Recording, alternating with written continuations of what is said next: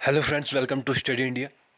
और जो आज का हमारा करंट का टॉपिक है वो है ऑस्ट्रेलिया का जो अभी रिसेंटली 21 मई को चुनाव हुआ था, जिसमें स्कॉट मॉरिसन जो पीएम थे वो हार गए हैं, और उनके मतलब जो अब नए वो पीएम बनेंगे 31वें, उनका नाम है एंथनी एल्बनीज़। ठीक है, तो ये बनेंगे और ये लेबर पार्टी के हैं।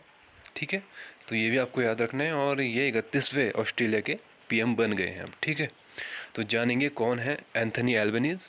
और देखिए, स्कॉट मॉरिसन जो हैं ये भी अभी हाल ही में चर्चा में आए थे, क्योंकि 2007 से 22 तक, यानी कि 15 वर्ष तक इन्होंने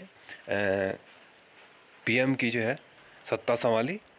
तो 15 वर्ष तक प्रधानमंत्री बनने वाले ये ऑस्ट्रेलिया के पहले पीएम है। मतलब इतने ज़्यादा वर्ष तक अगर कोई बना है तो वो है स्कॉट मॉरिसन। ठीक है, तो ये भी आप याद रखेंगे, सबसे ज़्यादा कार्यकाल तक प्रधानमंत्री रहे जाके। हालांकि अब 21 मई को जो इलेक्शन हुआ था, ठीक है, उसमें इनको हार का सामना करना पड़ा, और लेबर पार्टी के जो नेता हैं एंथनी एल्बनीज़ अब वो प्रधानमंत्री बनेंगे। तो देख लेते हैं एक बार। ऑस्ट्रेलिया में बीते करीब 10 वर्षों से बना लिबरल पार्टी, ठीक है, लिबरल पार्टी के स्कॉट मॉरिसन थे, के शासन का सिलसिला टूट गया है। ठीक है, तो अब देखिए, विपक्षी जो पार्टी थी लेबर पार्टी ने चुनाव में जीत हासिल की है। पीएम स्कॉट मॉरिसन ने चुनाव में हार स्वीकार करते हुए अपने पद से इस्तीफा दे दिया है, और लेबर पार्टी को सरकार बनाने में पर्यावरण सुधार के समर्थक निर्दलीय सांसदों का भी समर्थन इसमें मिल सकता है। ठीक है, मॉरिसन ने लेबर पार्टी के नेता और भविष्य के जो प्रधानमंत्री हैं एंथनी एल्बनीज़ को जीत की बधाई दी, नई जिम्मेदारी के लिए शुभकामनाएं दी, और मॉरिसन ने अपनी पार्टी का नेता पद भी छोड़ दिया है। ठीक है, इसी के साथ, और लेबर पार्टी को सरकार बनाने के लिए संसद के निचले सदन की कुल 151 सीटों में से 76 सीटों की ज़रूरत थी। ठीक है, यानी कि मेजोरिटी जो थी 76 की थी। ठीक है, और मतों की गिनती का कार्य अभी जारी है, यानी कि ये अब कंप्लीट हो चुका है, क्योंकि ये अभी परसों की न्यूज़ है, आर्टिकल है अखबार का। तो रिकॉर्ड्स इनको मेजोरिटी में अच्छी खासी रिकॉर्ड संख्या में आए पोस्टल बैलेट की गिनती भी जारी है। कई सीटों पर पोस्टल बैलेट परिणामों को प्रभावित कर सकते हैं। चुनाव परिणामों से प्रतीत होता है कि मॉरिसन के लिबरल नेशनल गठबंधन को ऑस्ट्रेलिया और शहरी इलाकों में करारी हार मिली है। मध्य वाम लेबर पार्टी को ओपिनियन पोल में भी लिबरल पार्टी की बढ़त मिलती दिखाई दी थी। चुनाव परिणामों में भी यह तस्वीर उभरी है। तो ये एक न्यूज़ है। ठीक है, देखिए, ऑस्ट्रेलिया में हाल ही के वर्षों में नीतियों को जिम्मेदार माना गया। तो ये एक प्रमुख कारण इनकी हार का है, और भी बहुत सारी इनकी न्यूट्रल पॉलिसी रही है इन्वायरमेंट के लिए, जिससे कि इन्हें हार का सामना करना करा लिबरल पार्टी को। अब ये देख सकते हैं आप, ऑस्ट्रेलिया चुनाव में जीत के बाद प्रधानमंत्री बनेंगे लेबर नेता एंथनी एल्बनीज़। स्कॉट मॉरिसन की party liberal party of Australia की हुई हार 10 साल बाद सत्ता में वापसी कर रही है लेबर पार्टी। आर्थिक सुधार का किया है वादा। ठीक है,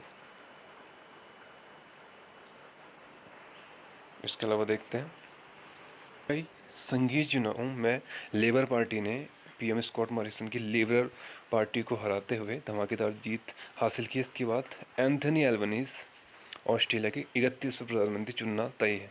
यानी कि आपको एंथनी एल्बनीज़ का नाम याद रखना है, और कौन से नंबर के हैं वो याद रखना है, और इनकी पार्टी याद रखनी है, लेबर पार्टी।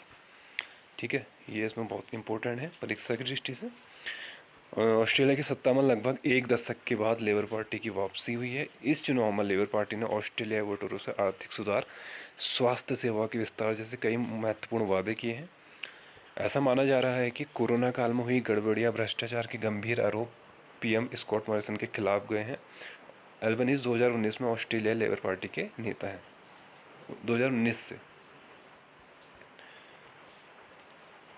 और देख लेते हैं, अब देखिए, लोगों के बीच सक्रिय रहने का फ़ायदा मिला। ठीक है, एंथनी ऑस्ट्रेलियाई संसदीय इतिहास में सबसे लंबे समय तक सांसद रहने वाले नेताओं में से एक हैं। ठीक है, और उन्होंने अपने चुनाव प्रचार के दौरान लगातार आम लोगों की नब्ज़ को पकड़ा, और एल्बनीज़ ने वोटरों से नवीकरण का वादा किया है।